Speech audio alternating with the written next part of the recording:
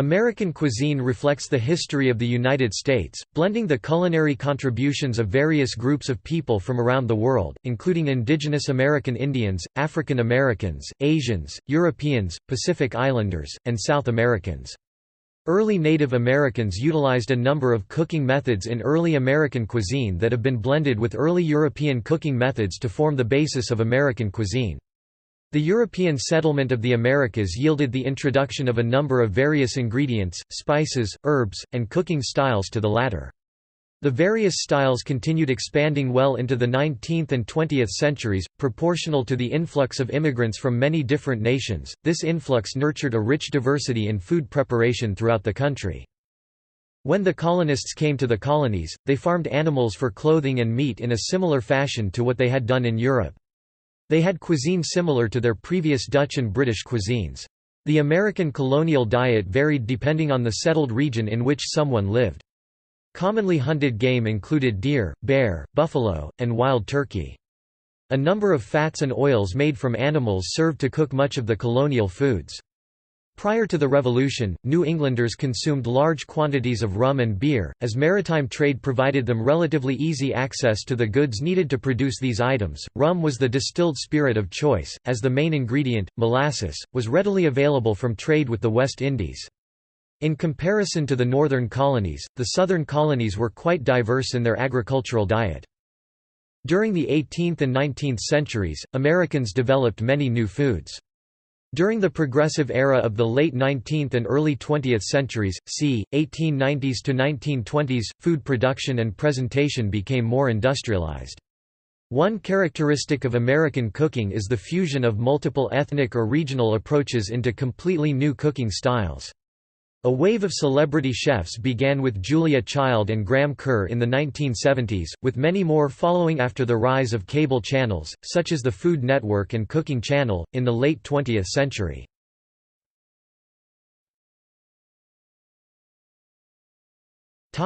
History.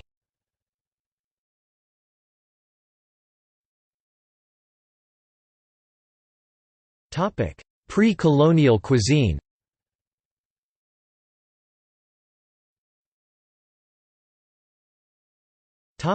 Seafood.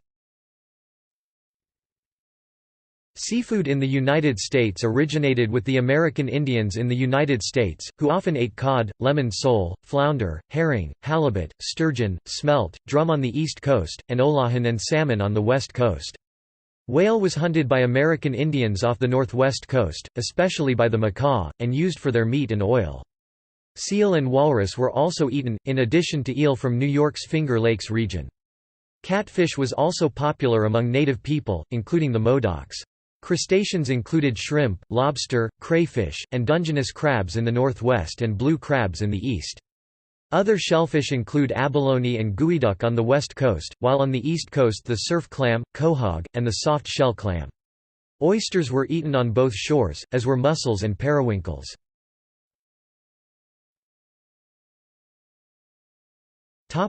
Cooking methods. Early American Indians used a number of cooking methods in early American cuisine that have been blended with early European cooking methods to form the basis of American cuisine. Grilling meats was common. Spit roasting over a pit fire was common as well. Vegetables, especially root vegetables, were often cooked directly in the ashes of the fire. As early Native Americans lacked pottery that could be used directly over a fire, they developed a technique which has caused many anthropologists to call them stone boilers. They would heat rocks directly in a fire and then add the rocks to a pot filled with water until it came to a boil so that it would cook the meat or vegetables in the boiling water. In what is now the southwestern United States, they also created adobe ovens, dubbed hornos by the Spanish, to bake products such as cornmeal bread. Other parts of America dug pit ovens. These pits were also used to steam foods by adding heated rocks or embers and then seaweed or corn husks placed on top to steam fish and shellfish as well as vegetables. Potatoes would be added while still in skin and corn while in husk. This would later be referred to as a clambake by the colonists.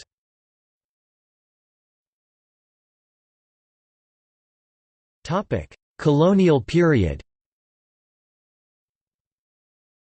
When the colonists came to Virginia, Pennsylvania, Massachusetts, or any of the other English colonies on the eastern seaboard of North America, their initial attempts at survival included planting crops familiar to them from back home in England. In the same way, they farmed animals for clothing and meat in a similar fashion. Through hardships and eventual establishment of trade with Britain, the West Indies and other regions, the colonists were able to establish themselves in the American colonies with a cuisine similar to their previous British cuisine. There were some exceptions to the diet, such as local vegetation and animals, but the colonists attempted to use these items in the same fashion as they had their equivalents or ignore them entirely if they could. The manner of cooking for the American colonists followed along the line of British cookery up until the Revolution. The British sentiment followed in the cookbooks brought to the New World as well. In 1796, the first American cookbook was published, and others followed. There was a general disdain for French cookery, even with the French Huguenots in South Carolina and French Canadians. One of the cookbooks that proliferated in the colonies was The Art of Cookery Made Plain and Easy 1747 by Hannah Glass, who referred to "the blind folly of this age that would rather be imposed on by a French booby, than give encouragement to a good English cook." Of the French recipes given in the text, she speaks out flagrantly against the dishes as she thinks it an odd jumble of trash. Reinforcing the anti-French sentiment was the French and Indian War from 1754 to 1764. This created a large anxiety against the French, which influenced the English to force many of the French to move, as in the expulsion of the Acadians from Nova Scotia to Louisiana.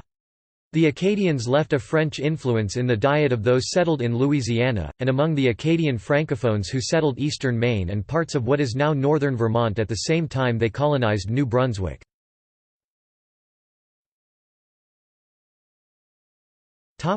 Common ingredients. The American colonial diet varied depending on the settled region in which someone lived. Local cuisine patterns had established by the mid-18th century. The New England colonies were extremely similar in their dietary habits to those that many of them had brought from England. A striking difference for the colonists in New England compared to other regions was seasonality. While in the southern colonies, they could farm almost year-round, in the northern colonies, the growing seasons were very restricted. In addition, colonists' close proximity to the ocean gave them a bounty of fresh fish to add to their diet, especially in the northern colonies. Wheat, however, the grain used to bake bread back in England was almost impossible to grow, and imports of wheat were far from cost-productive.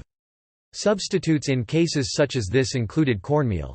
The johnnycake was a poor substitute to some for wheaten bread, but acceptance by both the northern and southern colonies seems evident, as many of the New Englanders were originally from England. Game hunting was useful when they immigrated to the New World.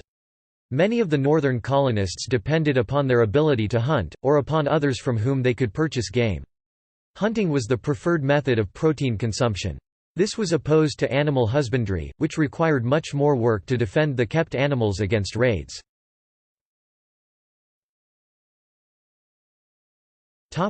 Livestock and game. Commonly hunted game included deer, bear, buffalo, and wild turkey.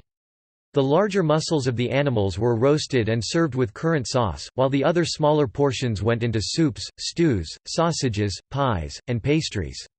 In addition to game, colonists' protein intake was supplemented by mutton. The Spanish in Florida originally introduced sheep to the New World, but this development never quite reached the north, and there they were introduced by the Dutch and English. The keeping of sheep was a result of the English non-practice of animal husbandry. The animals provided wool when young and mutton upon maturity after wool production was no longer desirable. The forage-based diet for sheep that prevailed in the colonies produced a characteristically strong, gamey flavor and a tougher consistency, which required aging and slow cooking to tenderize.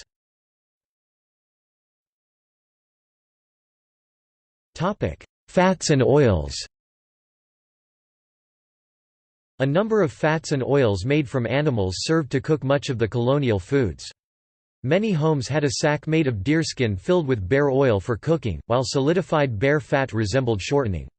Rendered pork fat made the most popular cooking medium, especially from the cooking of bacon. Pork fat was used more often in the southern colonies than the northern colonies as the Spanish introduced pigs earlier to the south. The colonists enjoyed butter in cooking as well, but it was rare prior to the American Revolution, as cattle were not yet plentiful.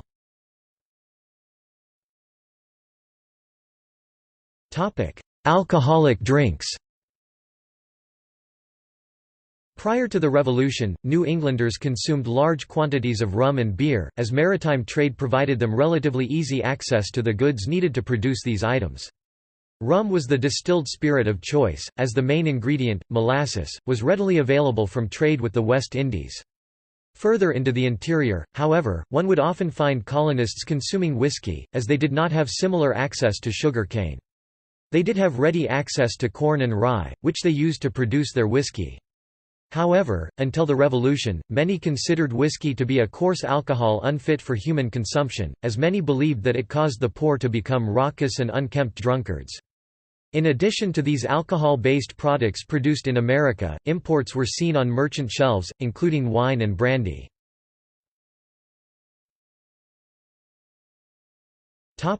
Southern variations. In comparison to the northern colonies, the southern colonies were quite diverse in their agricultural diet. The uplands of the Piedmont and the coastal lowlands made up the two main parts of the southern colonies. The diet of the uplands often included wild game, cabbage, string beans, corn, squashes and white potatoes. People had biscuits as part of their breakfast, along with healthy portions of pork. The lowlands of Louisiana included a varied diet heavily influenced by the French, Spanish, Acadians, Germans, Native Americans, Africans and Caribbeans. Rice played a large part of the diet in Louisiana. In addition, unlike the uplands, the lowlands' subsistence of protein came mostly from coastal seafood. Much of the diet involved the use of peppers, as it still does to this day.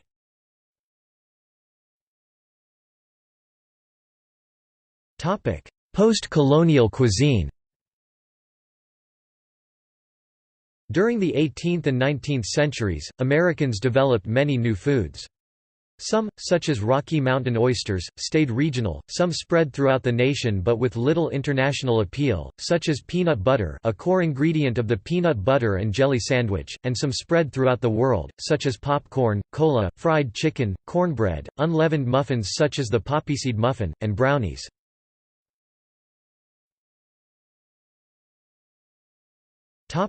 20th-century American farmhouse.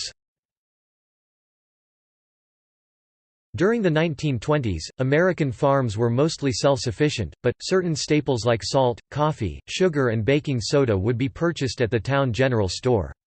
If the family didn't grow wheat, then flour would also be purchased. Another luxury was canned salmon, which was sometimes eaten for Sunday dinner. Items purchased at the general store would be paid for with eggs, butter or some other food from the farm. Women were responsible for much of the processing of food like straining fresh milk, churning butter, making molasses from sorghum, grinding corn into cornmeal or cleaning whole chickens. Fresh picked apples were pressed into cider, which could be fermented to make apple cider vinegar. Fruits and vegetables were preserved by various means like canning, drying or pickling. One contemporary writer from Michigan described October as cider season, when apple butter would be made. Her writings mention Johnny cakes, and, as winter fare, buckwheat cakes. Typical farmhouse fare included fried chicken, simmered green beans, boiled corn, chicken and dumplings, fried ham, boiled beans and beets, stewed tomatoes, potatoes, and coleslaw made of shredded cabbage. Pawn house, similar to the scrapple of the Pennsylvania Dutch, was a typical breakfast dish among the Germans who had settled Indiana in the 19th century. Pork scraps and corn meal were cooked into a thick porridge and molded in loaf pans.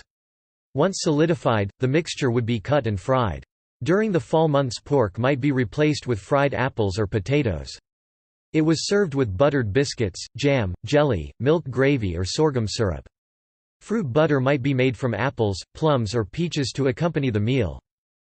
Pork was a staple of the rural diet through the southern and midwestern United States. Lard was used for baking, frying and even as a seasoning. The cookware of the period was made of cast iron and these were thoroughly seasoned with pork fat. Fried salt pork with gravy was an indulgent fat-laden dish often served with a side of boiled potatoes. In the Appalachian region a dish called killed lettuce was made with pokeweed, dandelion and assorted wild greens that were drizzled with hot bacon grease until wilted or killed. Pie could be served up to 3 times a day and many varieties were prepared depending on the season. During the spring months, pies would be made of rhubarb and strawberry, in summer peach, cherry, blackberry, blueberry, elderberry and grape, and in fall apple. The staples of the urban diet were bread, dairy and canned goods. Dinner might be tomato bisque from a can topped with cream or a salad made of canned string beans and mayonnaise. Many preferred to purchase food at delicatessens, rather than attempt to prepare meals in the cramped kitchenettes. German delicatessens in cities like New York and Milwaukee sold imported cold cuts, potato salads, schmierkäse, wienerwurst, North Sea herring, assorted pickles and other prepared foods. Jewish immigrants from Germany soon followed suit, replacing pork dishes with corned beef and pastrami. Ice cream soda was served at soda fountains, along with various other early soda water recipes like the Garden Sass Sundae rhubarb or the O.O. Cindy Sundae strawberry ice cream topped with chocolate syrup, chopped nuts, whipped cream and candied cherries.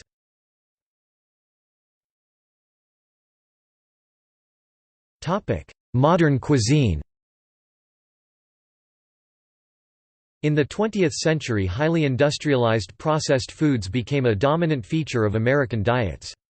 Also, appropriation and fusion of the food traditions of various immigrant groups to the U.S. created distinctly ethnic American food styles. Processed food. During the Progressive Era 1890s to 1920s, food production and presentation became more industrialized. Major railroads featured upscale cuisine in their dining cars. Restaurant chains emerged with standardized decor and menus, including the Fred Harvey restaurants along the route of the Santa Fe Railroad in the Southwest. At the universities, nutritionists and home economists taught a new scientific approach to food. During World War I, the progressives' moral advice about food conservation was emphasized in large-scale state and federal programs designed to educate housewives. Large-scale foreign aid during and after the war brought American standards to Europe. The logistical requirements of the U.S. military during WW II spurred the development and growth of the processed foods industry in the U.S. The war encouraged production of shelf-stable ingredients processed on a vast industrial scale. Examples include powdered milk, powdered eggs, potato flakes, and frozen concentrated orange juice. After the war, low-cost, highly processed foods became one of the foundational elements of an era of mass prosperity. One such example is the TV dinner, in which a multi-course meal was assembled in aluminum packaging in a food factory and flash-frozen, then reheated at home in a thermal oven to be served while watching TV. Convenience foods of the era were designed to simplify home preparation. One example is macaroni and cheese, created using a powdered artificial cheese product that is reconstituted at home with fresh milk. Newspapers and magazines ran recipe columns, aided by research from corporate kitchens, which were major food manufacturers like General Mills, Campbell's, and Kraft Foods. Highly processed foods of the mid-20th century included novelty elements like multicolored Jell-O using various chemical food colorings, prepared breakfast cereals marketed to children with large amounts of sugar and artificial colors, e.g. Fruit Loops. Fruit-flavored punches made with artificial fruit flavorings, e.g. Tang, Hi-C. Mid-20th century foods also added novelty packaging elements like spray cheese in an aerosol can, pimento stuffed olives, and drink pouches. The development of the microwave oven resulted in the creation of industrial food products and packaging that is intended to take advantage of the unique opportunities and overcome the unique challenges of that technology. Microwave popcorn is an example of such a product.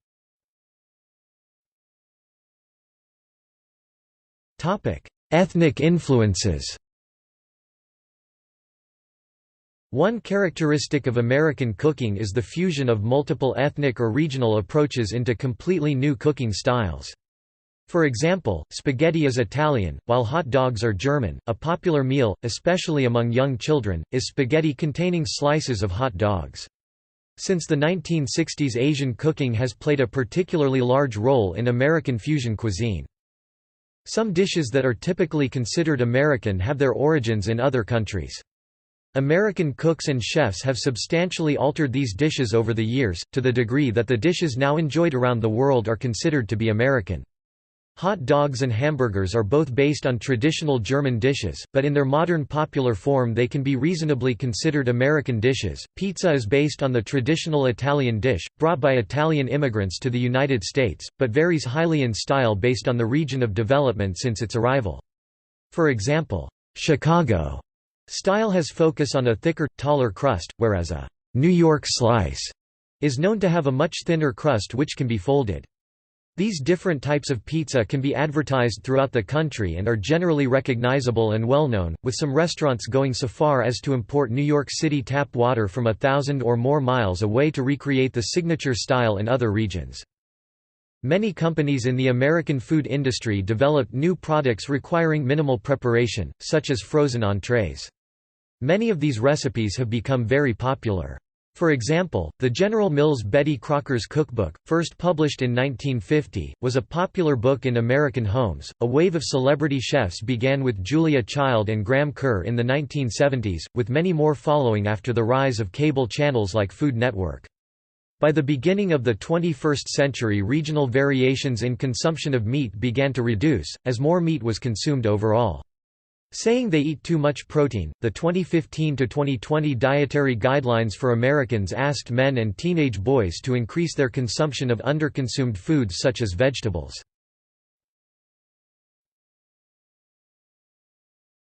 Topic: New American. During the 1980s, upscale restaurants introduced a mixing of cuisines that contain Americanized styles of cooking with foreign elements commonly referred as New American cuisine. New American cuisine refers to a type of fusion cuisine which assimilates flavors from the melting pot of traditional American cooking techniques mixed with flavors from other cultures and sometimes molecular gastronomy components.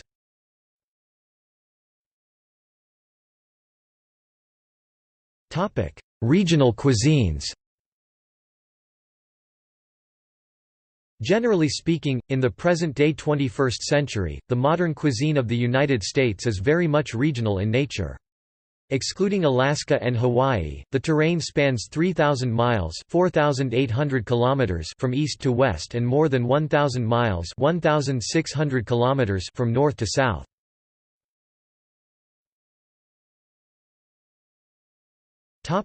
Northeast.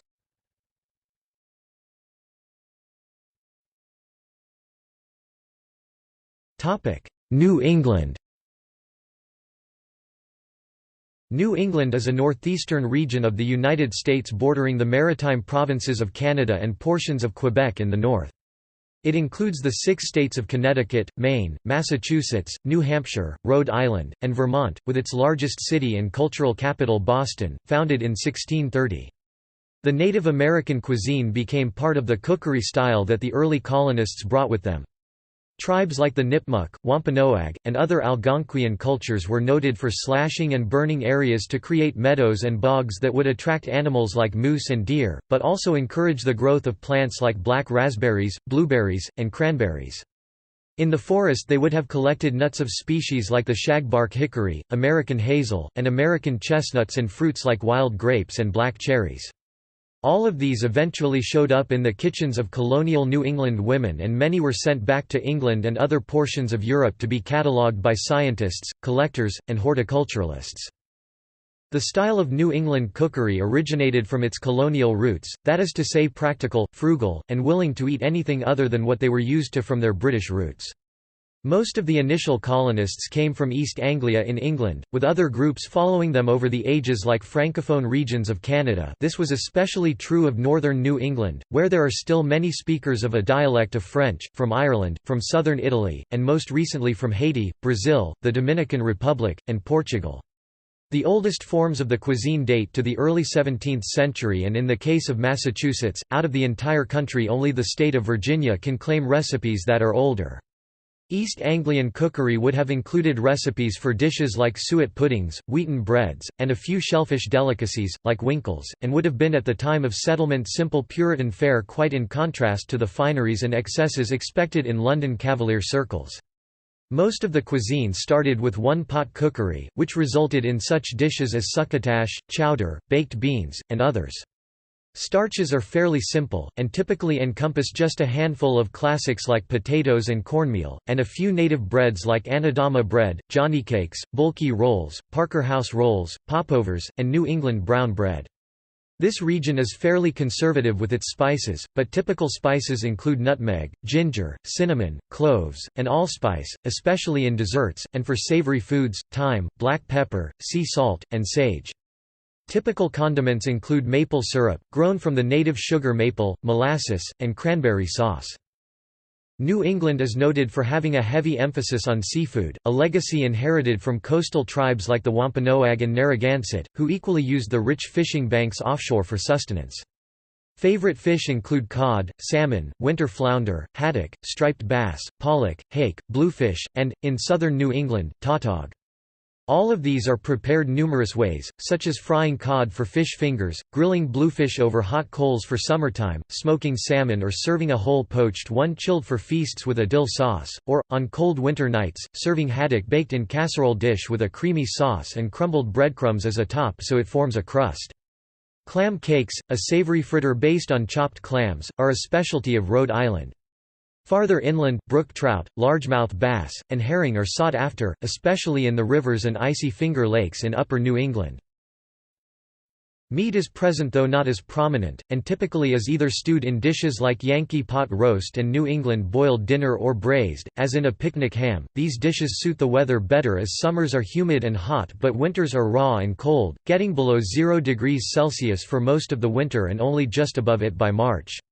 The roasting of whole turkeys began here as a centerpiece for large American banquets, and like all other East Coast tribes, the Native American tribes of New England prized wild turkeys as a source of sustenance, and later Anglophone settlers were enamored of cooking them using methods they knew from Europe, often that meant trussing the bird and spinning it on a string or spit roasting. Today turkey meat is a key ingredient in soups, and also a favorite in several sandwiches like the Pilgrim.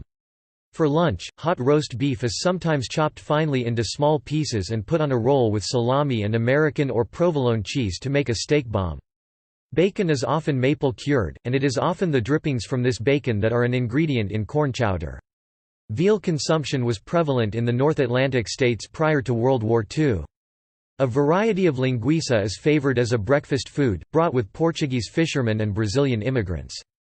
In contrast with some parts of the United States, lamb, although less so mutton or goat, is a popular roasted or grilled meat across diverse groups in New England. Dairy farming and its resultant products figure strongly on the ingredient list, and homemade ice cream is a summertime staple of the region. It was a small seasonal roadside stand in Vermont that eventually became Ben and Jerry's ice cream.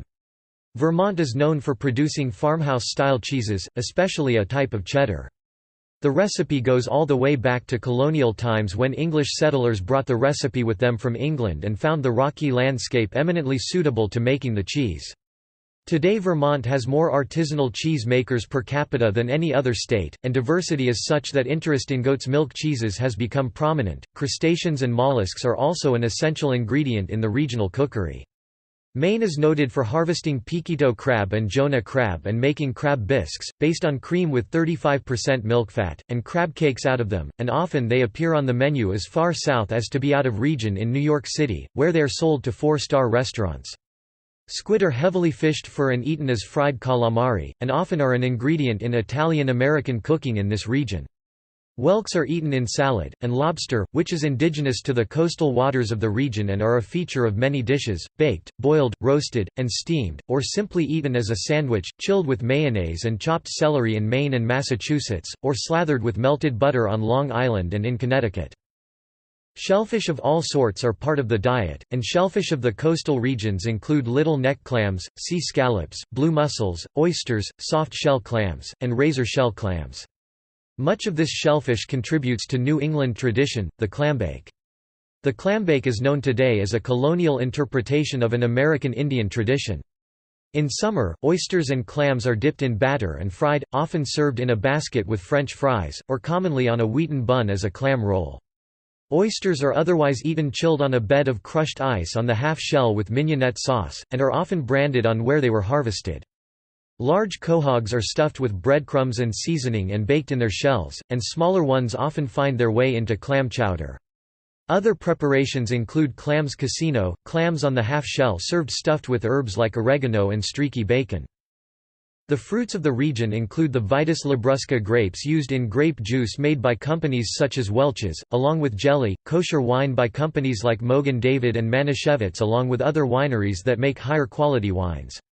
Apples from New England include the traditional varieties Baldwin, Lady, Mother, Palm Grise, Porter, Roxbury Russet, Wright, Sops of Wine, Hightop Sweet, Pex Pleasant, Titus Pippin, Westfield Seek No Further, and Duchess of Oldenburg. Beach plums, a small native species with fruits the size of a pinball, are sought after in summer to make into a jam. Cranberries are another fruit indigenous to the region, often collected in autumn in huge flooded bogs. Thereafter they are juiced so they can be drunk fresh for breakfast, or dried and incorporated into salads. Winter squashes like pumpkin and butternut squashes have been a staple for generations owing to their ability to keep for long periods over icy New England winters and being an excellent source of beta-carotene. In summer, they are replaced with paddypan and zucchini, the latter brought to the region by immigrants from southern Italy a century ago.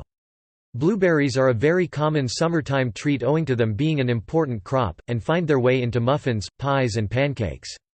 Typical favorite desserts are quite diverse, and encompass hasty pudding, blueberry pie, whoopie pies, Boston cream pie, pumpkin pie, Joe Frogger cookies, hand-crafted ice cream, hermit cookies, and the chocolate chip cookie, invented in Massachusetts in the 1930s. Southern New England, particularly along the coast, shares many specialties with the Mid-Atlantic, including especially dishes from Jewish and Italian-American cuisine. Coastal Connecticut is known for distinctive kinds of pizza, locally called a pizza, pronounced locally as a beets, differing in texture, thin and slightly blackened, and toppings such as clams from pizza further south in the so-called Pizza Belt, which stretches from New Haven, Connecticut southward through New York, New Jersey, and into Maryland.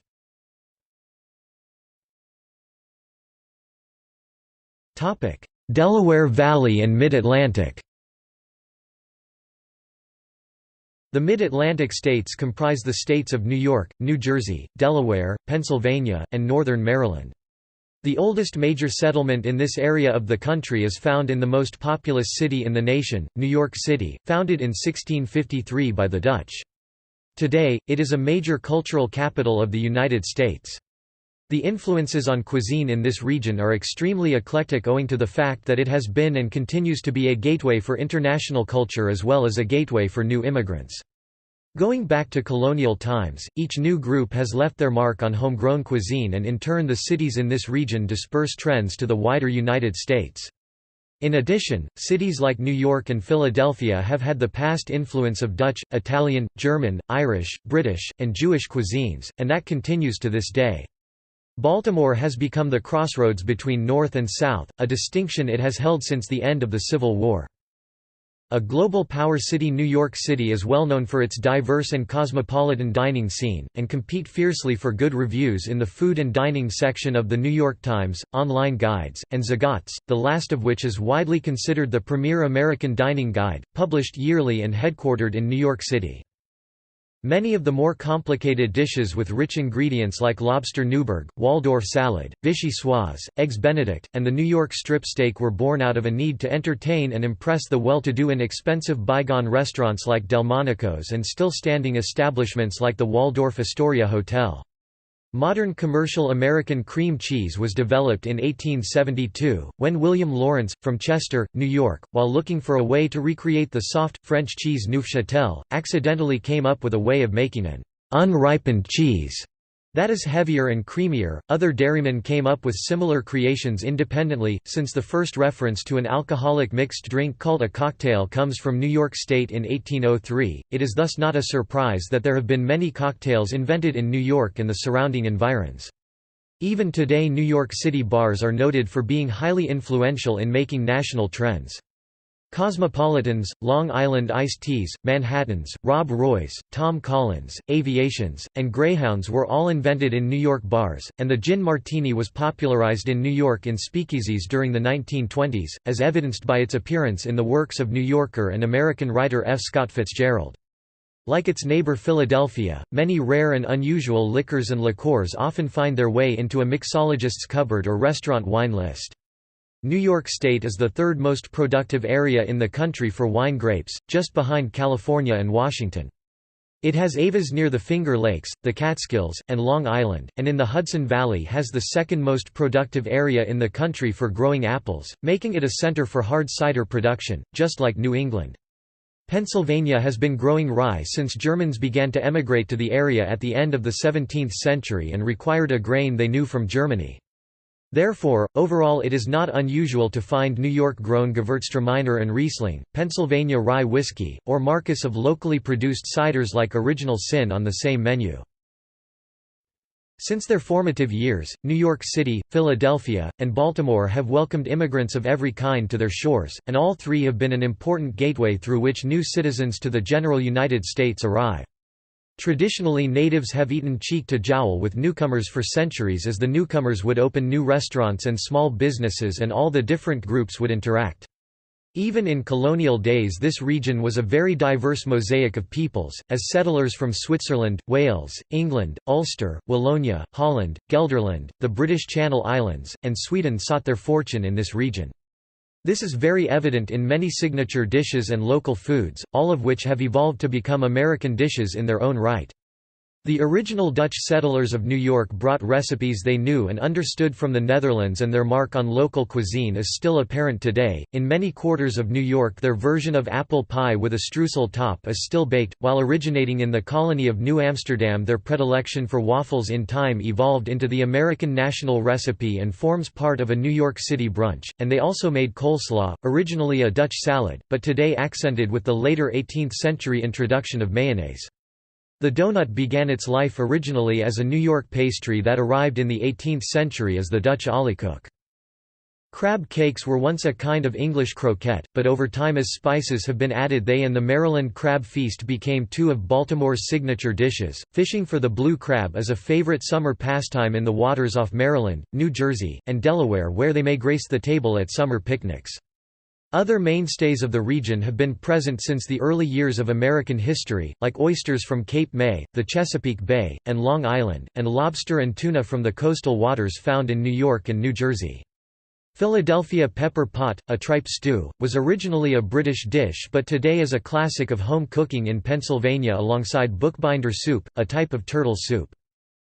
In the winter, New York City pushcarts sell roasted chestnuts, a delicacy dating back to English Christmas traditions, and it was in New York and Pennsylvania that the earliest Christmas cookies were introduced. Germans introduced crunchy molasses-based gingerbread and sugar cookies in Pennsylvania, and the Dutch introduced cinnamon-based cookies, all of which have become part of the traditional Christmas meal. Scrapple was originally a type of savory pudding that early Pennsylvania Germans made to preserve the offal of a pig slaughter.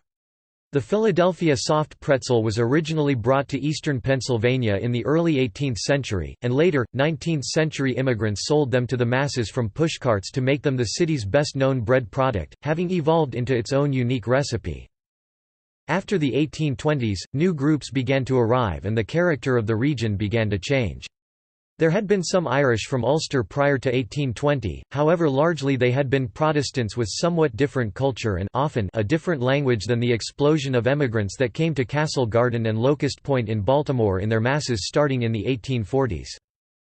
The Irish arrived in America in a rather woeful state, as Ireland at the time was often plagued by some of the worst poverty in Europe and often heavy disenfranchisement among the masses. Many of them arrived barely alive, having ridden coffin ships to the New World, sick with typhus and starvation. In addition, they were the first to face challenges other groups did not have. They were the first large wave of Catholics. They faced prejudice for their faith, and the cities of Philadelphia, New York, and Baltimore were not always set up for their needs. For example, Catholic bishops in the U.S. mandated until the 1960s that all Catholics were forbidden from eating red meat on Fridays and during Lent, and attending Mass sometimes conflicted with work as produce and meat markets would be open on holy days. This was difficult for Irishmen supporting families since many worked as laborers.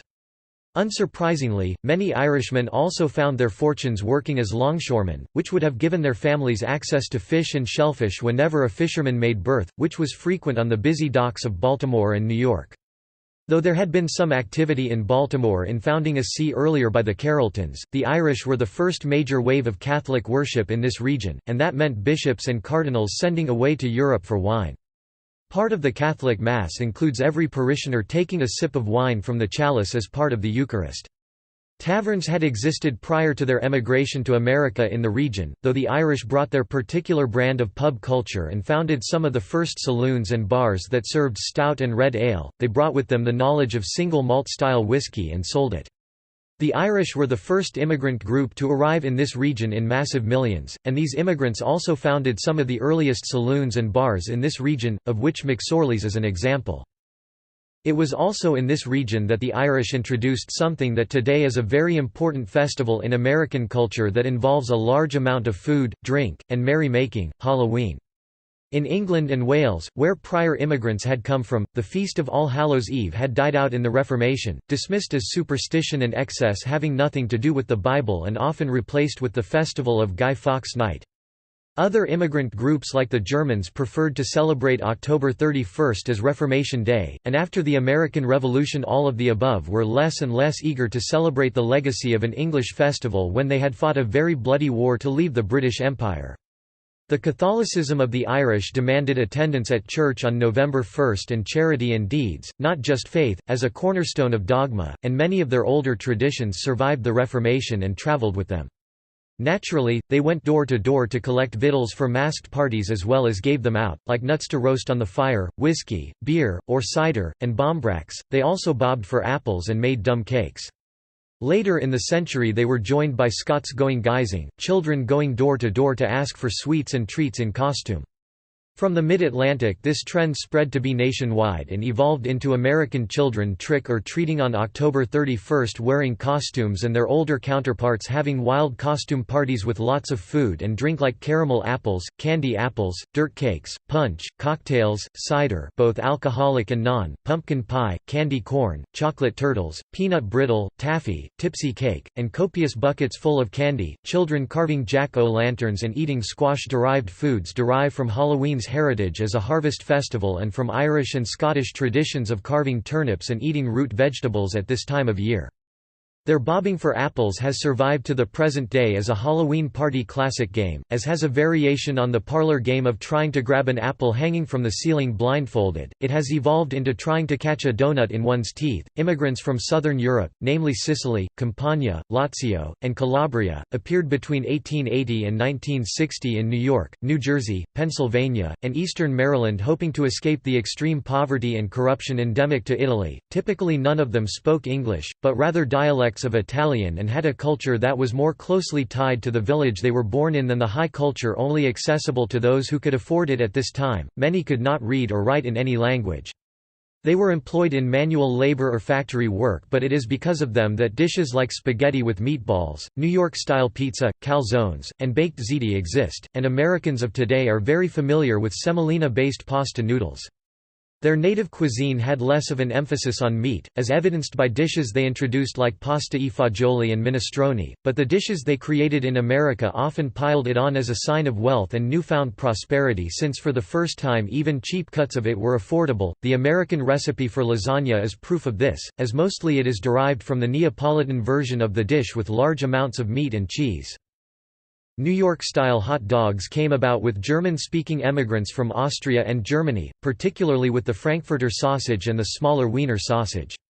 Today, the New York-style hot dog with sauerkraut, mustard, and the optional cucumber pickle relish is such a part of the local fabric, that it is one of the favorite comestibles of New York City. Hot dogs are a typical street food sold year-round in all by the most inclement weather from thousands of pushcarts.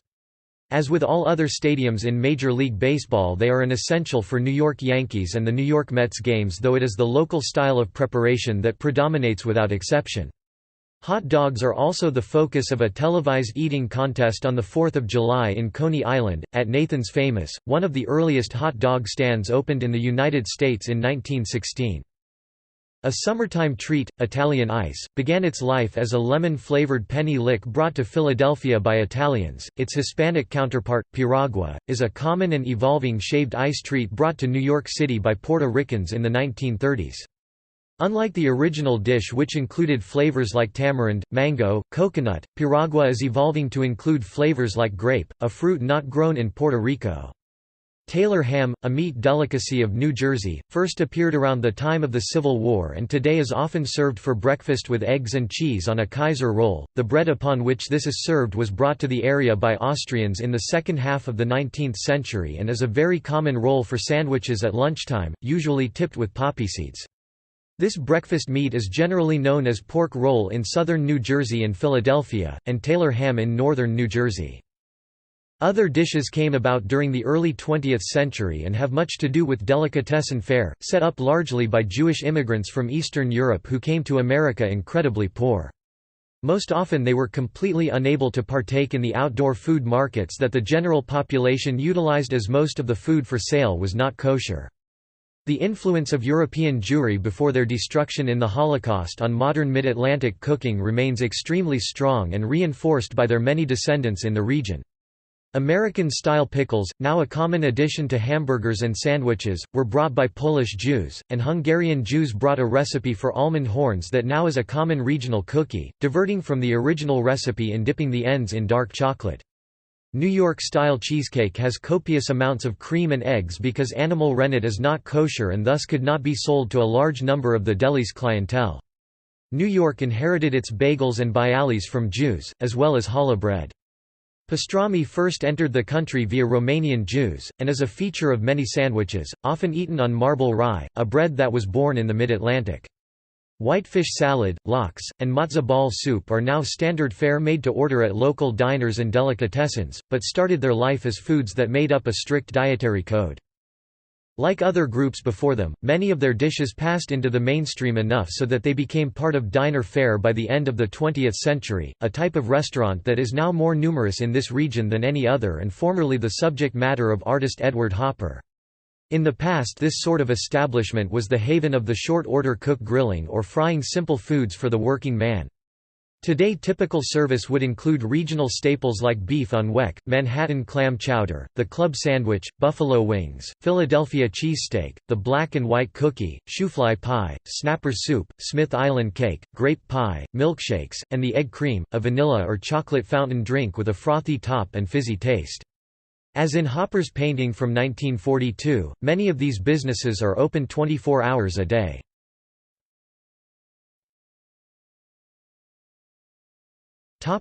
Midwest. Midwestern cuisine today covers everything from Kansas City-style barbecue to the Chicago-style hot dog, though many of its classics are very simple, hearty fare. Mostly this region was completely untouched by European and American settlers until after the American Civil War, and excepting Missouri and the heavily forested states near the Great Lakes was mainly populated by nomadic tribes like the Sioux, Osage, Arapaho, and Cheyenne. As with most other American Indians tribes, these tribes consumed the three sisters of beans, maize, and squash, but also for thousands of years followed the herds of bison and hunted them first on foot and then, after the spread of mustangs from the southwest due to the explorations of conquistadors, on horseback, typically using bow and arrow. There are buffalo jumps dating back nearly 10,000 years and several photographs and written accounts of trappers and homesteaders attesting to their dependence on the buffalo and to a lesser degree elk. After nearly wiping out the elk and bison to nothingness, this region has taken to raising bison alongside cattle for their meat and at an enormous profit, making them into burgers and steaks. This region today comprises the states near the Great Lakes and also the Great Plains. Much of it is prairie with a very flat terrain where the blue sky meets a never-ending horizon. Winters are bitterly cold, windy, and wet. Often that means very harsh blizzards, especially near the Great Lakes where Arctic winds blow off of Canada and where the ice on rivers and lakes freezes reliably thick enough for ice hockey to be a favorite pastime in the region and for ice fishing for pike, walleye and panfish to be ubiquitous in Minnesota, Wisconsin, and Michigan, where they often thereafter become part of the local tradition of the fish fry. Population density is extremely low away from the Great Lakes and very small towns dominated by enormous farms are the rule, with larger cities being the exception. Detroit, Cleveland, St. Louis, Cincinnati, Indianapolis, Milwaukee, Minneapolis and her twin sister city across the river St. Paul dominate the landscape in wealth and size, owing to their ties with manufacturing, finance, transportation, and meatpacking. Smaller places like Omaha, Tulsa, and Kansas City make up local capitals, but the king of them all is Chicago, third largest city in the country. The Upper Midwest includes the states of Illinois, Minnesota, Wisconsin, Ohio, Indiana, and Michigan. Non-American Indian settlement began here earlier than anywhere else in the region, and thus the food available here ranges from the sublime to the bizarre. As with all of the Midwest, the primary meats here are beef and poultry, since the Midwest has been raising turkeys, chickens, and geese for over 150 years. Chickens have been so common for so long that the Midwest has several native breeds that are prized for both backyard farming and for farmers' markets, such as the Buckeye and Wyandotte. 1. Billina appears as a character in the second book of the Oz series by L. Frank Baum. Favorite fruits of the region include a few native plants inherited from Native American tribes like the pawpaw, and the American persimmons are also highly favored. As with the American South, pawpaws are the region's largest native fruit, about the size of a mango, and are often found growing wild in the region come September, whereafter they are made into preserves and cakes and command quite a price at farmers' markets in Chicago. The American persimmon is often smaller than its Japanese cousin, about the size of a small plum, but in the Midwest and portions of the East it is the main ingredient in a steamed pudding called persimmon pudding, topped with crème anglaise. Other crops inherited from the Native Americans include wild rice, which grows on the banks of lakes and is a local favorite for fancy meals and today often used in stuffing for Thanksgiving. Typical fruits of the region are cold weather crops. Once it was believed that the region had winters that were far too harsh for apple growing, but then a breeder in Minnesota came forth with the wealthy apple, and thence came forth the third most productive region for apple growing in the land, with local varieties comprising Wolf River, Enterprise, Melrose, Paula Red, Rome Beauty, Honeycrisp, and the Red Delicious. Cherries are important to Michigan, and Wisconsin grows many cranberries, a legacy of early 19th century emigration of New England farmers. Crabapple jelly is a favorite condiment of the region. The influence of German, Scandinavian, and Slavic peoples on the northern portion of the region is very strong. Many of these emigrated to Wisconsin, Minnesota, Michigan, Ohio, and Illinois in the 19th century to take advantage of jobs in the meatpacking business as well as being homesteaders.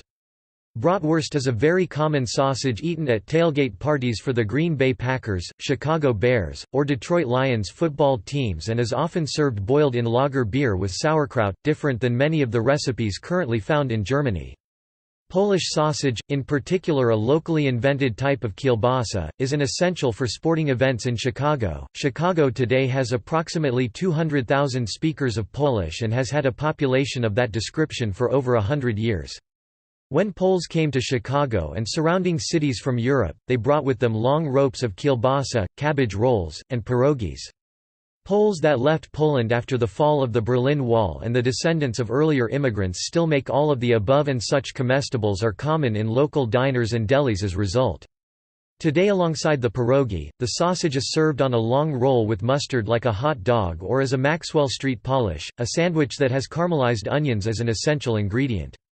In Cleveland, the same sausage is served in the form of the Polish boy. This is a weird but tasty sandwich made of French fries, spicy barbecue sauce, and coleslaw. Unlike cities in the East where the hot dog alone is traditional, fans of the Cleveland Indians, Detroit Tigers, Chicago Cubs, and Milwaukee Brewers favor at least 2 or 3 different kinds of sausage sold in the little pushcarts outside the stadium. The hot dogs themselves tend to follow the Chicago style, which is loaded with mustard and pickled vegetables.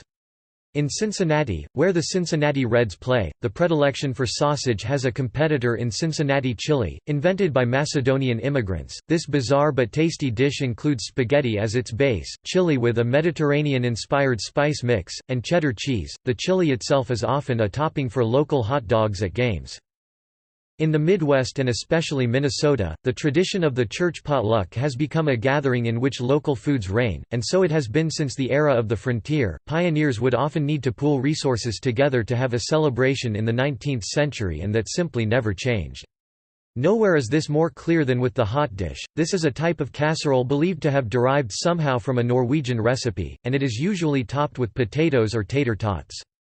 Next to the hot dish at the potlucks usually is where the glorified rice is found. This is a dish made of a kind of rice pudding mixed with crushed pineapple and maraschino cherries. Next to that is the booyah, a thick soup made of a number or combinations of meat, vegetables, and seasonings that is meant to simmer on the stove for up to 2 days.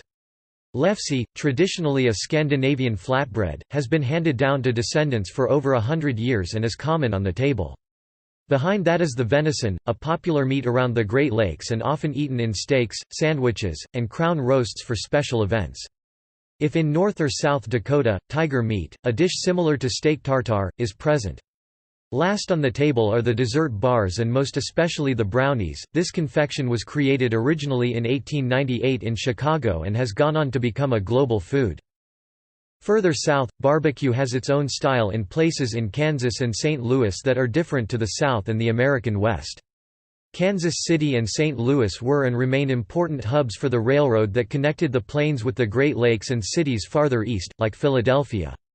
At the turn of the 19th century, the St. Louis area, Omaha, and Kansas City had huge stockyards, waystations for cattle and pigs on their way east to the cities of the coast and north to the Great Lakes. They all had large growing immigrant and migrant populations from Europe and the South respectively, so this region has developed unique styles of barbecue. St. Louis-style barbecue favors a heavy emphasis on a sticky sweet barbecue sauce. Its standbys include the pork steak, a cut taken from the shoulder of the pig, grilled, and then slowly stewed in a pan over charcoal, crispy snoots, a cut from the cheek and nose of the pig that is fried up like crackling and eaten dipped in sauce, pork spare ribs, and a mix of either beer-boiled bratwurst or grilled Italian-derived sausage, flavored with fennel. Dessert is usually something like gooey butter cake, invented in the city in the 1930s. Kansas City-style barbecue uses several different kinds of meat, more than most styles of American barbecue: turkey, mutton, pork, and beef just to name a few, but is distinct from St. Louis in that the barbecue sauce adds molasses in with the typical tomato-based recipe and typically has a more tart taste. Traditionally, Kansas City uses a low and slow method of smoking the meat in addition to just stewing it in the sauce. It also favors using hickory wood for smoking and continual watering or layering of the sauce while cooking to form a glaze. With burnt ends, this step is necessary to create the bark or charred outer layer of the brisket. Topic: Southern United States.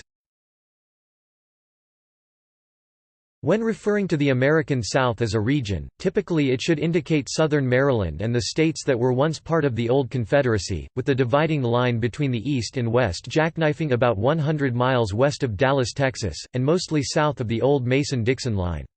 Cities found in this area include New Orleans, Miami, Atlanta, Washington, D.C., Memphis, Charleston, and Charlotte, with Houston, Texas being the largest. These states are much more closely tied to each other and have been part of U.S. territory for much longer than states much farther west than East Texas, and in the case of food, the influences and cooking styles are strictly separated as the terrain begins to change to prairie and desert from bayou and hardwood forest. This section of the country has some of the oldest known foodways in the land, with some recipes almost 400 years old. Native American influences are still quite visible in the use of cornmeal as an essential staple and found in the southern predilection for hunting wild game, in particular wild turkey, deer, woodcock, and various kinds of waterfowl. For example, coastal North Carolina is a place where hunters will seek tundra swan as a part of Christmas dinner. The original English and Scottish settlers would have rejoiced at this revelation owing to the fact that such was banned amongst the commoner class in what is now the United Kingdom, and naturally, their descendants have not forgotten. Native Americans also consumed turtles and catfish, specifically the snapping turtle and blue catfish. Catfish are often caught with one's bare hands, gutted, breaded, and fried to make a southern variation on English fish and chips, and turtles are turned into stews and soups.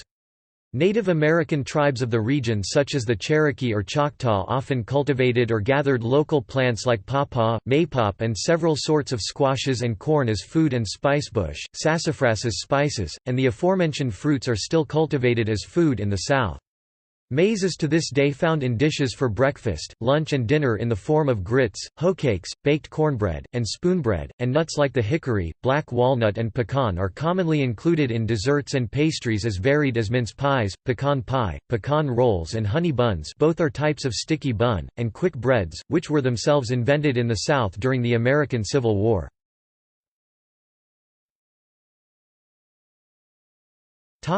Early history.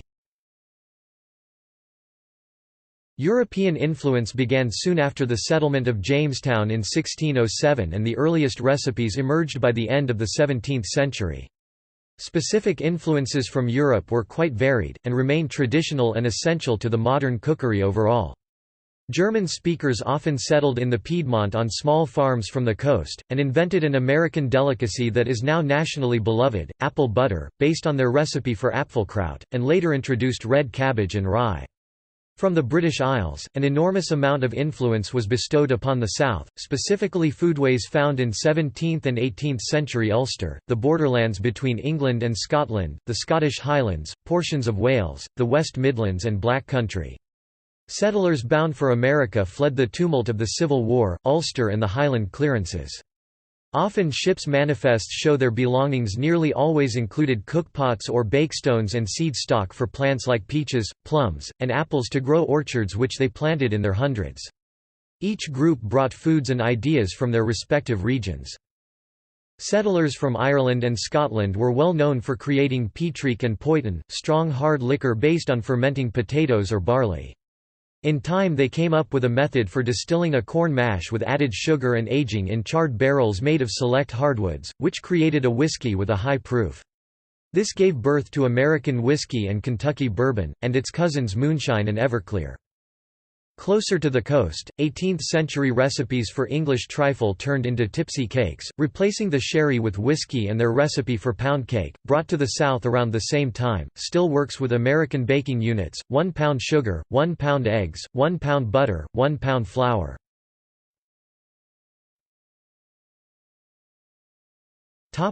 Common features. Pork is the popular choice for Southern-style barbecue and features in other preparations like sausages and sandwiches. For most Southerners in the antebellum period, corn and pork were staples of the diet. Country sausage is an ingredient in the Southern breakfast dish of biscuits and gravy.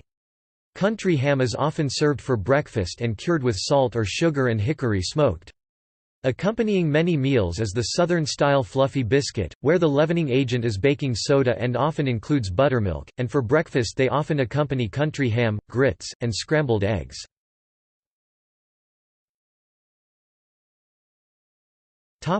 Desserts.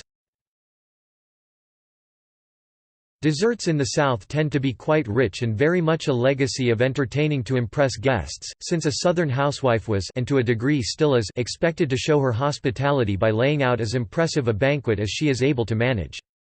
Desserts are vast and encompass lane cake, sweet potato pie, peach cobbler, pecan pie, hummingbird cake, Jefferson Davis pie, peanut brittle, coconut cake, apple fritters, peanut cookies, Moravian spice cookies, chess pie, DeBurge cake, Lady Baltimore cake, bourbon balls, and caramel cake.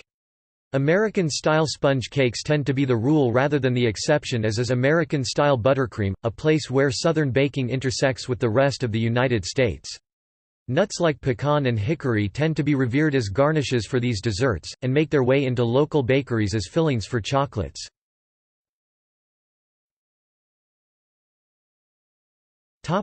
Cajun cuisine.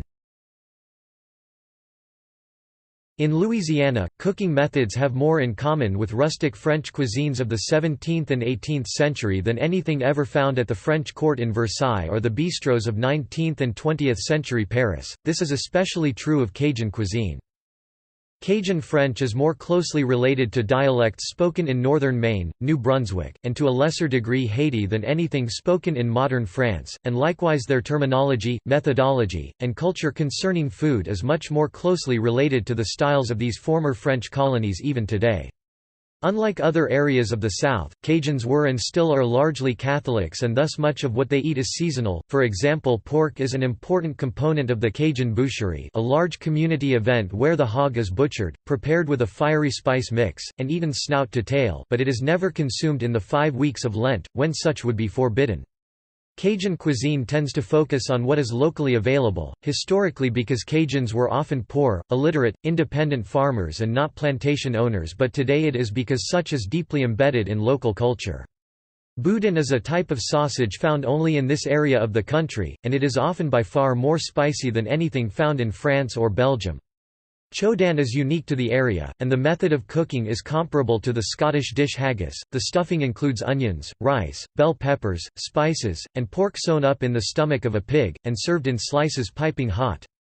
Crayfish are a staple of the Cajun grandmother's cookpot, as they are abundant in the bayous of southern Louisiana and a main source of livelihood, as are blue crabs, shrimp, corn on the cob, and red potatoes, since these are the basic ingredients of the Louisiana crawfish boil.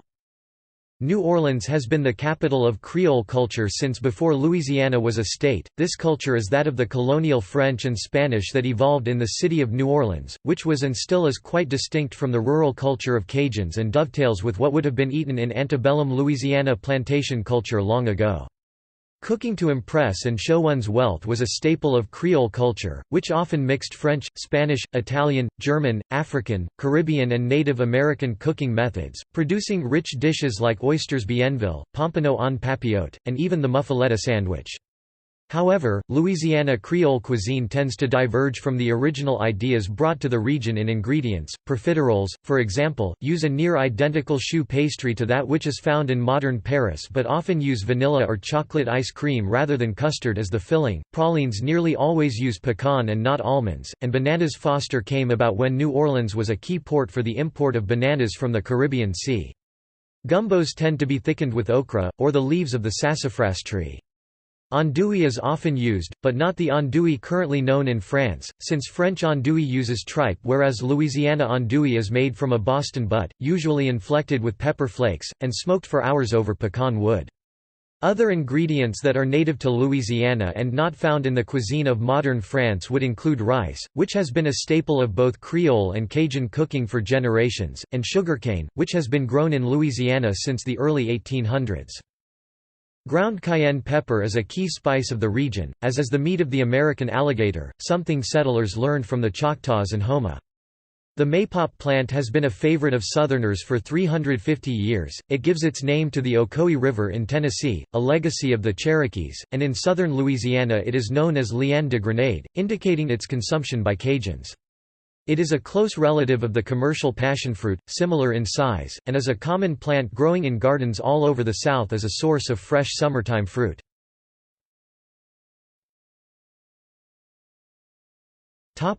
African American influences.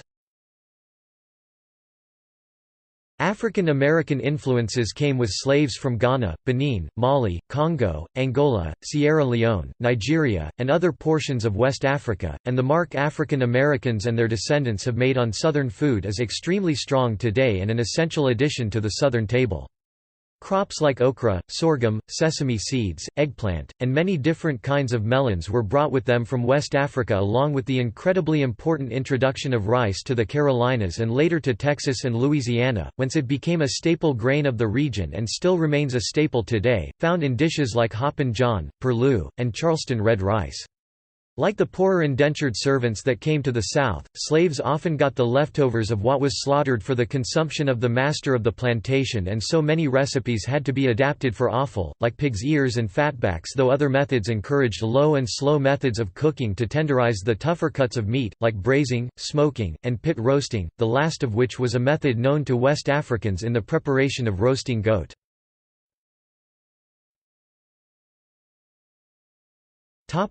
Florida cuisine.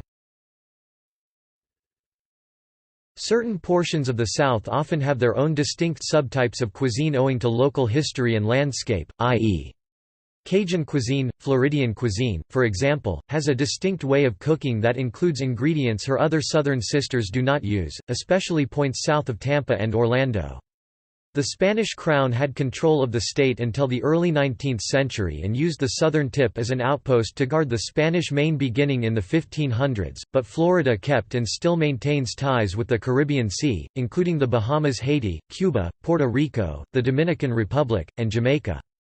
South of Tampa, there are and have been for a long time many speakers of Caribbean Spanish, Haitian French, Jamaican Patois, and Haitian Creole, and each Caribbean culture has a strong hold on cooking methods and spices in Florida.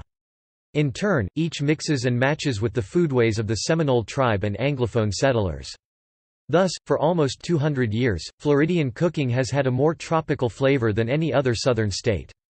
Allspice, a spice originally from Jamaica, is an ingredient found in spice mixes in summer barbecues along with ginger, garlic, Scotch bonnet peppers, sea salt, and nutmeg. In Floridian cooking, this is often a variant of Jamaican jerk spice. Coconuts are grown in the areas surrounding Miami and are shipped in daily through its port for consumption of the milk, meat, and water of the coconut. Bananas are not just the yellow Cavendish variety found in supermarkets across America. In Florida they are available as Bananitos, Colorados, Platanos, and Maduros. The first of these is a tiny miniature banana only about 4 to 5 inches (10 to 13 centimeters) in length, and it is sweet. The second has a red peel and an apple-like aftertaste, and the third and fourth are used as a starch on nearly every Caribbean island as a side dish, baked or fried. All of the above are a staple of Florida outdoor markets when in season, and all have been grown in the Caribbean for almost 400 years. Mangoes are grown as a backyard plant in southern Florida and otherwise are a favorite treat, coming in many different shapes and sizes, from Nam Doc Mai, brought to Florida after the Vietnam War, to Madame Francis, a mango from Haiti. Sweetsop and soursop are popular around Miami, but nearly unheard of in other areas of the South. Citrus is a major crop of Florida, and features at every breakfast table and every market, with the height of the season near the first week of January. Hamlin oranges are the main cultivar planted, and from this crop the rest of the United States and to a lesser extent Europe gets orange juice. Other plantings would include grapefruits, tangerines, clementine oranges, limes, and even a few more rare ones, like Cara Cara navels, tangelos, and the Jamaican ugly fruit. Tomatoes, bell peppers, habanero peppers, and figs, especially taken from the Florida strangler fig, complete the produce menu. Blue crab, conch, Florida stone crab, red drum, dorado, and marlins tend to be local favorite ingredients. Dairy is available in this region, but it is less emphasized due to the year-round warmth. Traditional key lime pie, a dessert from the islands off the coast of Miami, is made with condensed milk to form the custard with the eye-wateringly tart limes native to the Florida Keys, in part because milk would spoil in an age before refrigeration. Pork in this region tends to be roasted in methods similar to those found in Puerto Rico and Cuba, owing to mass emigration from those countries in the 20th century, especially in the counties surrounding Miami. Orange blossom honey is a specialty of the state, and is widely available in farmers' markets.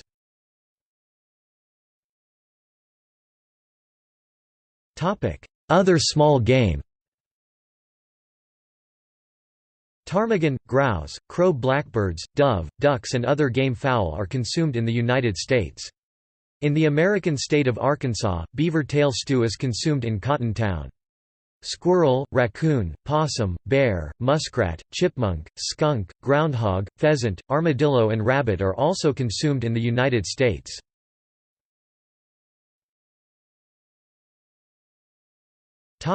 Cuisine in the West. Cooking in the American West gets its influence from Native American and Hispanophone cultures, as well as later settlers that came in the 19th century. Texas, for example, has some influence from Germany in its choice of barbecue by using sausages. Another instance can be found in the northwestern region, which encompasses Oregon, Washington, and Northern California. All of the aforementioned rely on local seafood and a few classics of their own. In New Mexico, Colorado, Nevada, Arizona, Utah, West Texas, and Southern California, Mexican flavors and influences are extremely common, especially from the Mexican states of Chihuahua, Baja California, and Sonora.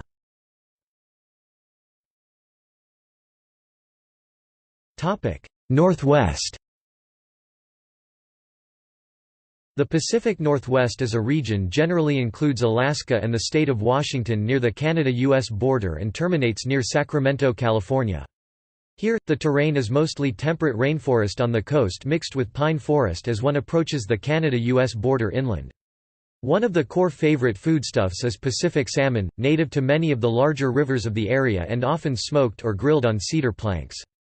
In Alaska, wild game like ptarmigan and moose meat feature extensively since much of the state is wilderness.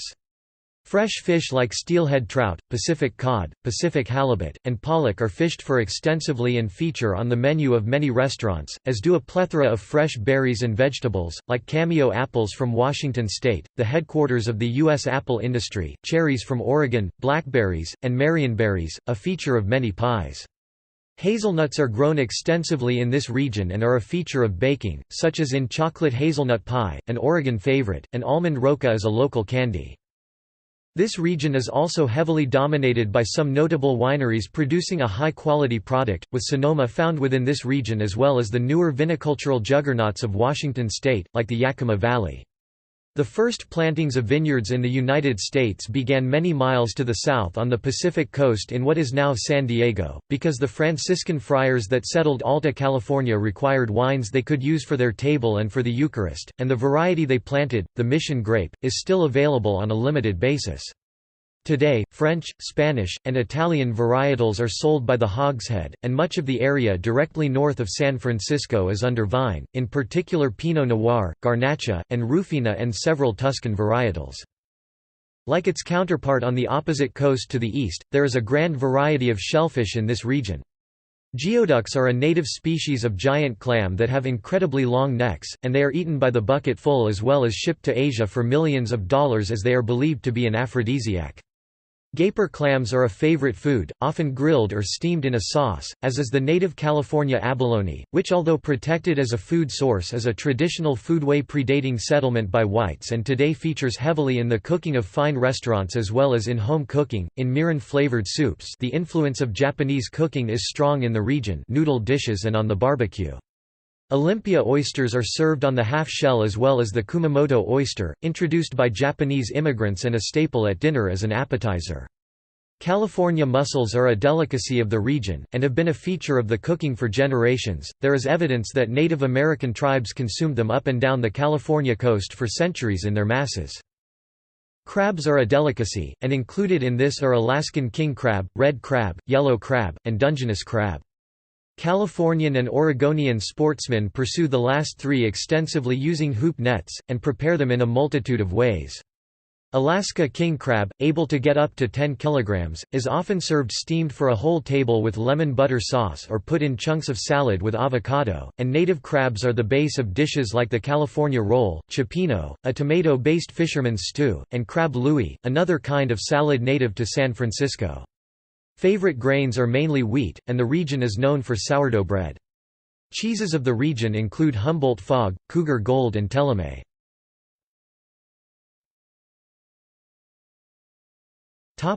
Southwest and Southern California.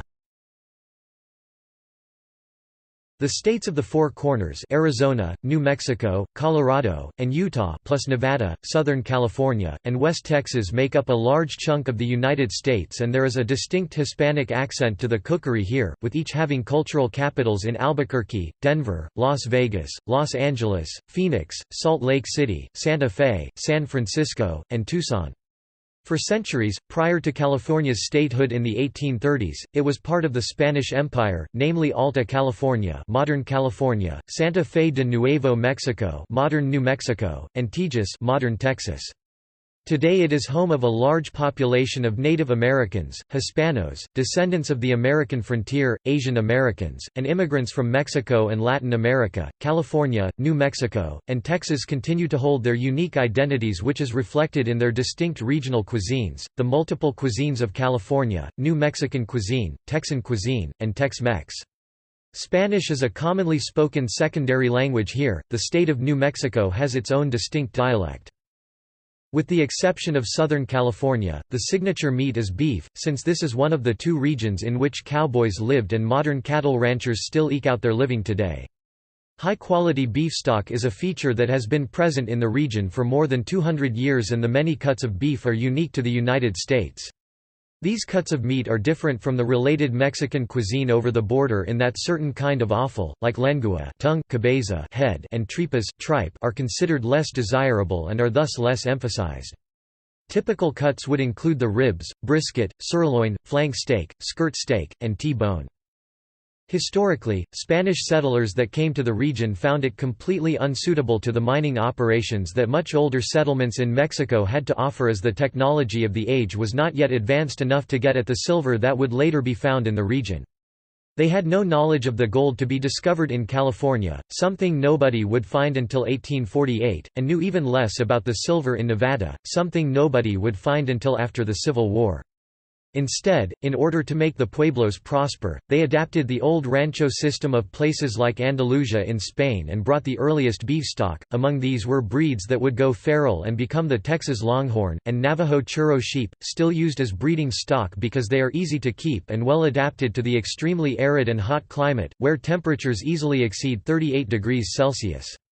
Later, cowboys learned from their management practices, many of which still stand today, like the practical management of stock on horseback using the western saddle. Likewise, settlers learned the cooking methods of those who came before and local tribes as well. For example, portions of Arizona and New Mexico still use the aforementioned beehive-shaped clay contraption called an horno, an outdoor wood-fired oven both Native American tribes like the Navajo and Spaniards used for roasting meat, maize, and baking bread. Other meats that see frequent use in this region are elk meat, a favorite in crown roasts and burgers, and nearer the Mexican border rattlesnake, often skinned and stewed. The taste for alcohol in this region tends toward light and clean flavors found in tequila, a staple of this region since the days of the Wild West and a staple in the bartender's arsenal for cocktails, especially in Las Vegas.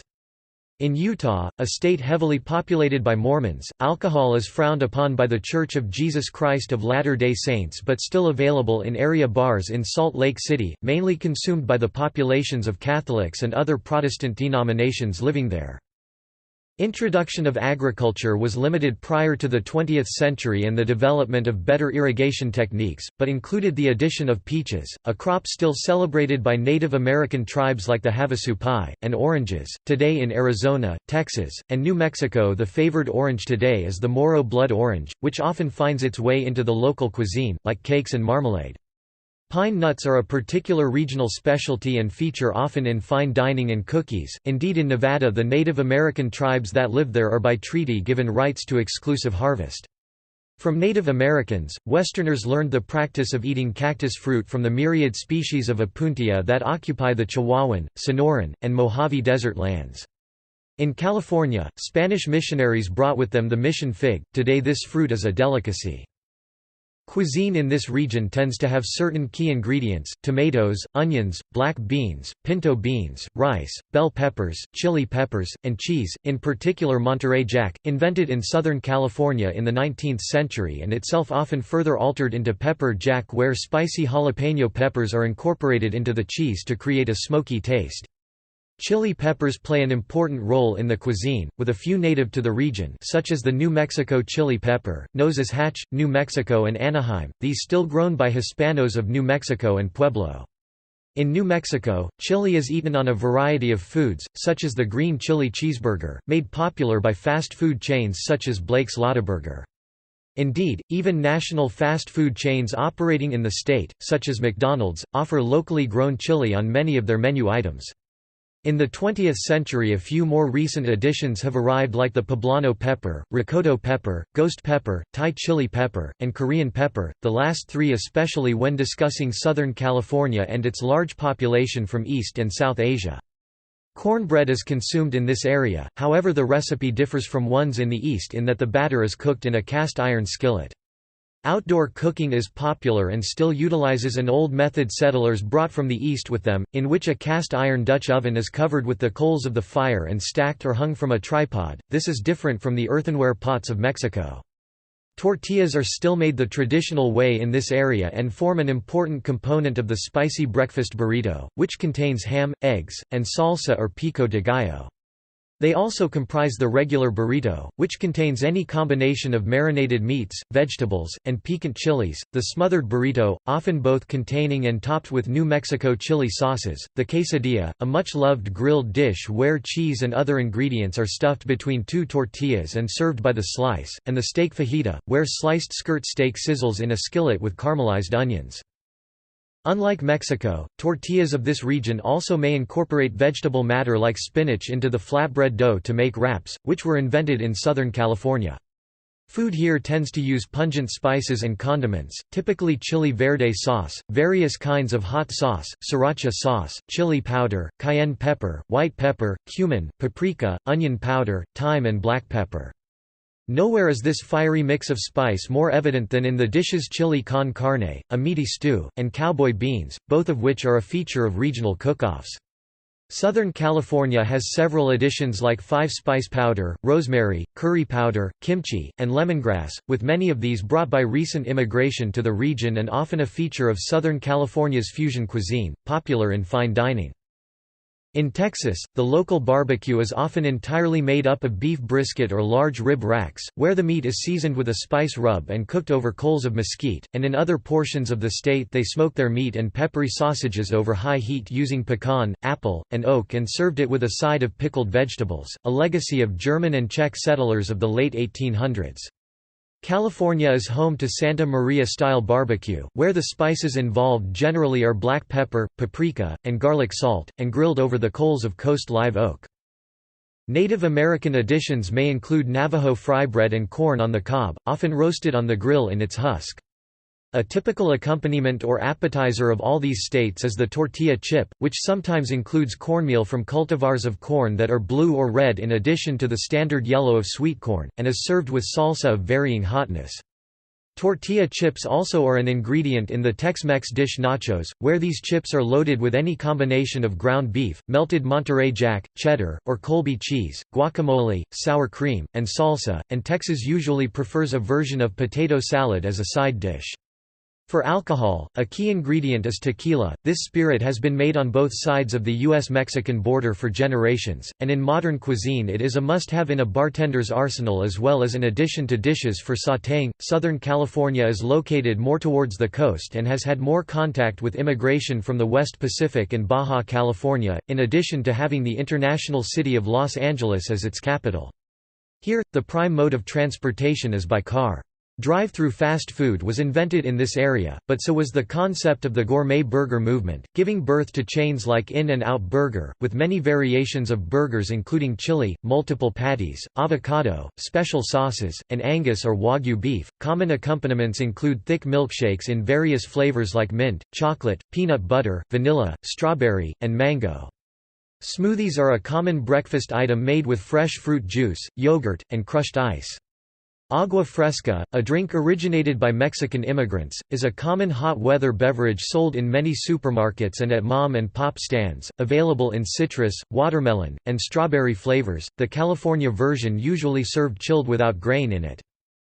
The weather in Southern California is such that the temperature rarely drops below 12 degrees Celsius in winter, thus, sun-loving crops like pistachios, kiwifruit, avocados, strawberries, and tomatoes are staple crops of the region, the last often dried in the sun and a feature of salads and sandwiches. Olive oil is a staple cooking oil of the region and has been since the days of Junipero serra. Today the mission olive is a common tree growing in a Southern Californian's back garden, as a crop olives are increasingly a signature of the region along with Valencia oranges and Meyer lemons. Soybeans, bok choy, Japanese persimmon, Thai basil, Napa cabbage, nori, mandarin oranges, water chestnuts, and mung beans are other crops brought to the region from East Asia and are common additions to salads as the emphasis on fresh produce in both Southern and Northern California is strong. Other vegetables and herbs have a distinct Mediterranean flavor which would include oregano, basil, summer squash, eggplant, and broccoli, with all of the above extensively available at farmers markets all around Southern California. Naturally, salads native to Southern California tend to be hearty affairs, like Cobb salad and Chinese chicken salad, and dressings like Green Goddess and ranch are a staple. California-style pizza tends to have disparate ingredients with an emphasis on vegetables, with any combination of chili oil, prawns, eggs, chicken, shiitake mushrooms, olives, bell pepper, goat cheese, and feta cheese. Peanut noodles tend to include a sweet dressing with lo mein noodles and chopped peanuts. Fresh fish and shellfish in Southern California tends to be expensive in restaurants, but every year since the end of World War II, the Pismo Clam Festival has taken place where the local population takes a large species of clam and bakes, stuffs, and roasts it as it is a regional delicacy. Fishing for Pacific species of octopus and the Humboldt squid are common, and both are a feature of East Asian and other LA fish markets. Lingcod is a coveted regional fish that is often caught in the autumn off the coast of San Diego and in the Channel Islands and often served baked. California sheephead are often grilled and are much sought after by spear fishermen and the immigrant Chinese population, in which case it is basket steamed. Most revered of all in recent years is the California spiny lobster, a beast that can grow to be 20 kilograms, and is a delicacy that now rivals the fishery for Dungeness crab in its importance.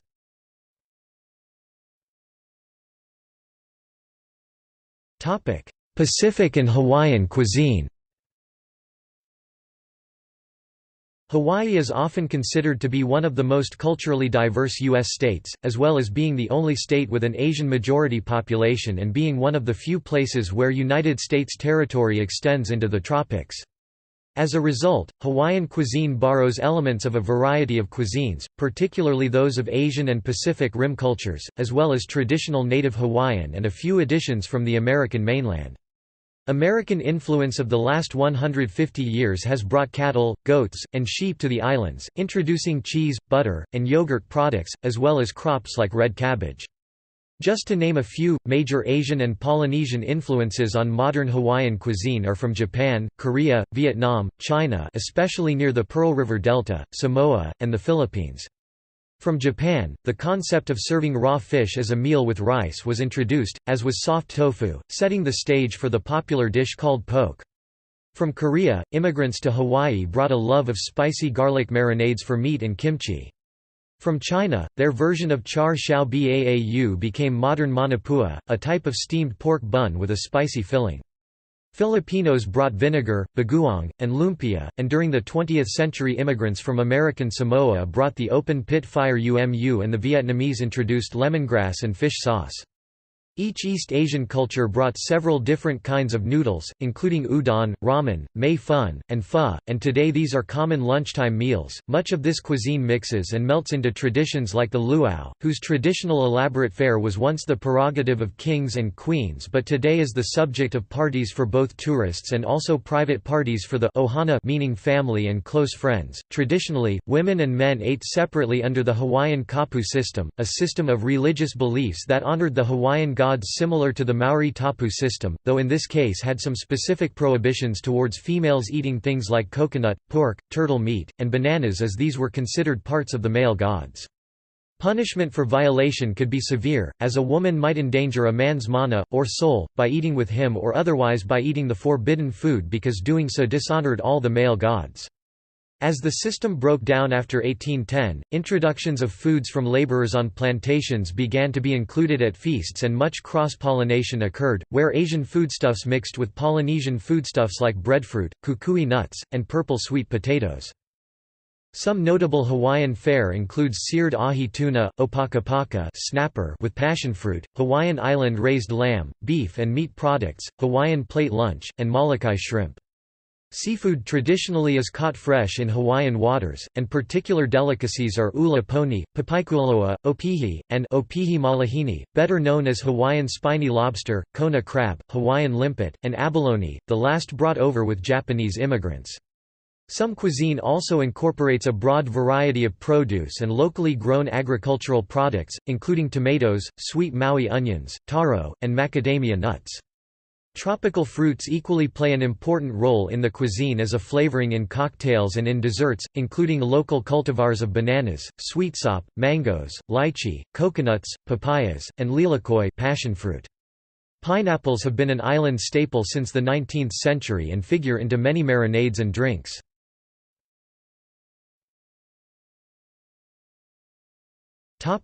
Common dishes found on a regional level.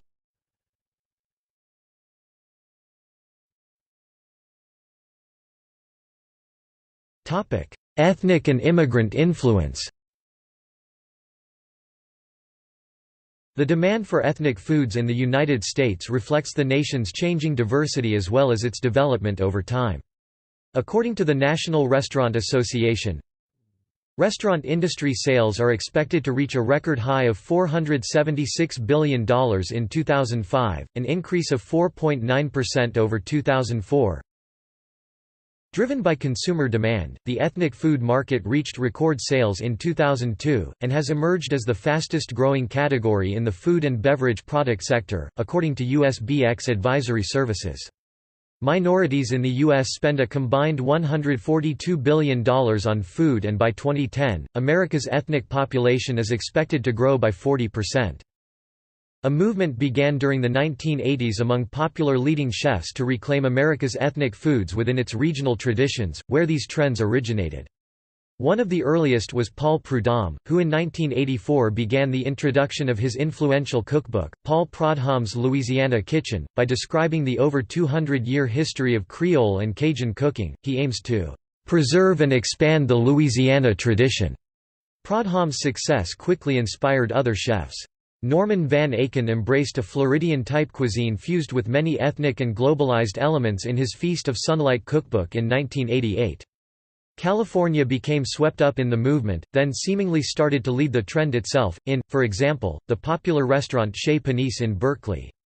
Examples of the Chez Panisse phenomenon, chefs who embraced a new globalized cuisine, were celebrity chefs like Jeremiah Tower and Wolfgang Puck, both former colleagues at the restaurant.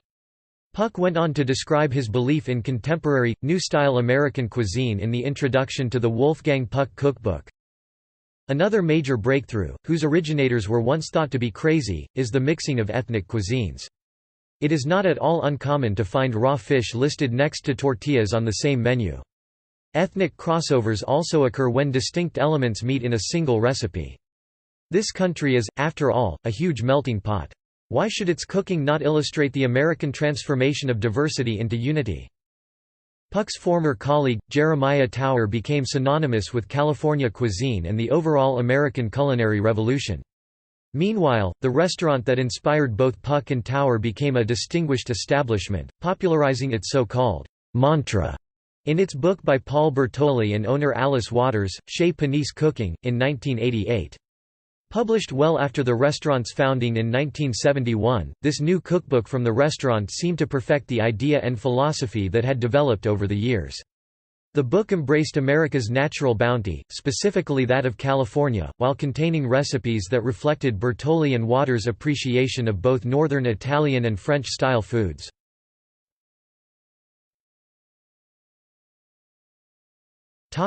Early ethnic influences.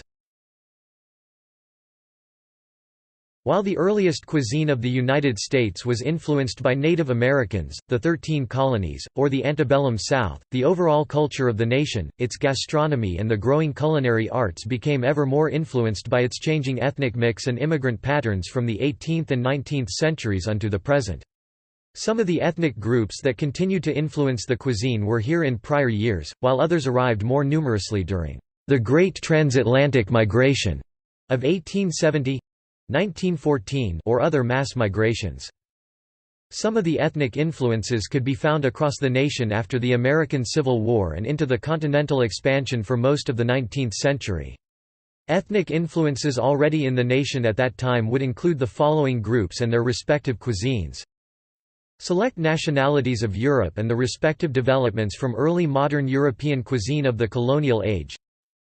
British Americans and ongoing developments in New England cuisine, the national traditions founded in cuisine of the 13 colonies and some aspects of other regional cuisine. Spanish Americans and early modern Spanish cuisine, as well as Basque Americans and Basque cuisine. Early German American or Pennsylvania Dutch and Pennsylvania Dutch cuisine.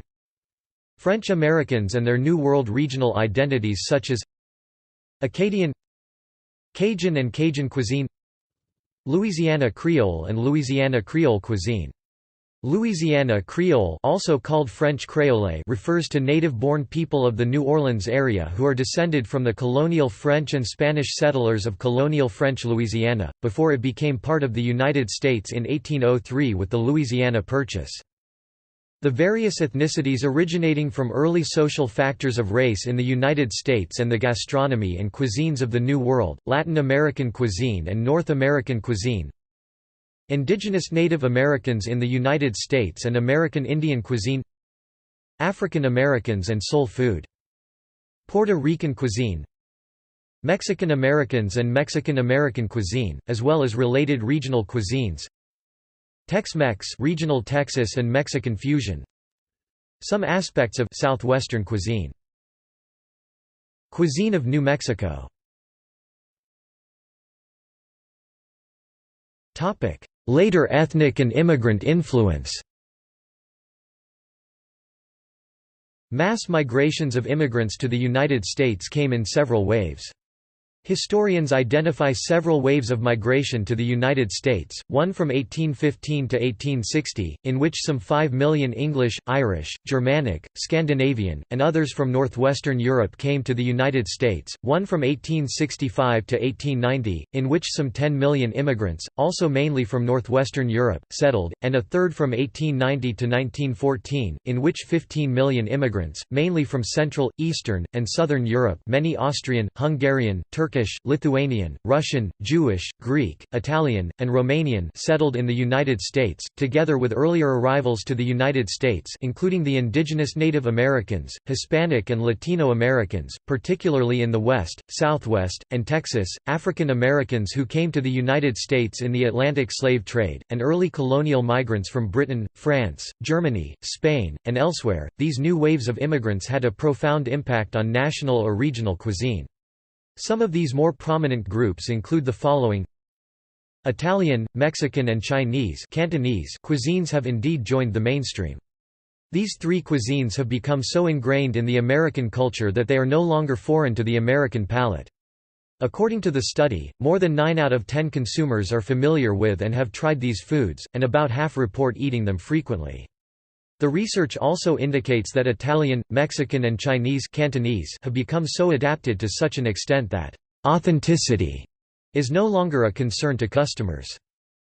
Contributions from these ethnic foods have become as common as traditional American fares such as hot dogs, hamburgers, beef steak, which are derived from German cuisine. Chicken fried steak, for example, is a variation on German schnitzel, cherry pie, Coca-Cola, milkshakes, fried chicken is of Scottish and African influence, and so on. Nowadays, Americans also have a ubiquitous consumption of foods like pizza and pasta, tacos and burritos to General Tso's chicken and fortune cookies. Fascination with these and other ethnic foods may also vary with region.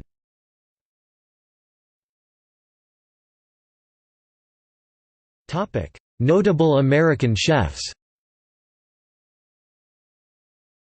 American chefs have been influential both in the food industry and in popular culture. An important 19th-century American chef was Charles Ranhofer of Delmonico's restaurant in New York City. American cooking has been exported around the world, both through the global expansion of restaurant chains such as TGI Fridays and McDonald's and the efforts of individual restaurateurs such as Bob Payton, credited with bringing American-style pizza to the UK. The first generation of television chefs such as Robert Carrier and Julia Child tended to concentrate on cooking based primarily on European, especially French and Italian, cuisines.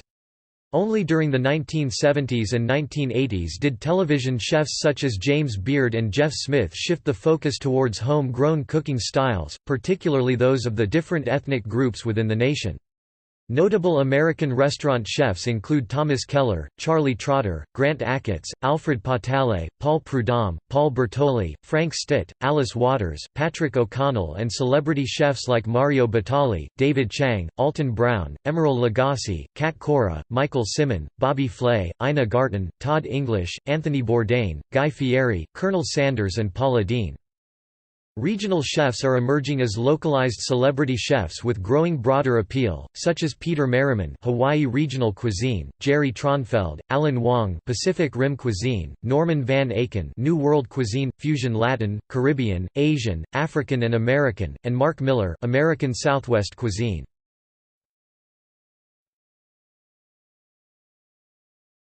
Topic: See also American Cuisine Portal, Cuisine of Antebellum America, Cuisine of New York City, List of American desserts, List of American breads, List of American foods, List of American regional and fusion cuisines, Native American cuisine, Tlingit cuisine, Cuisine of the Americas, Western pattern diet.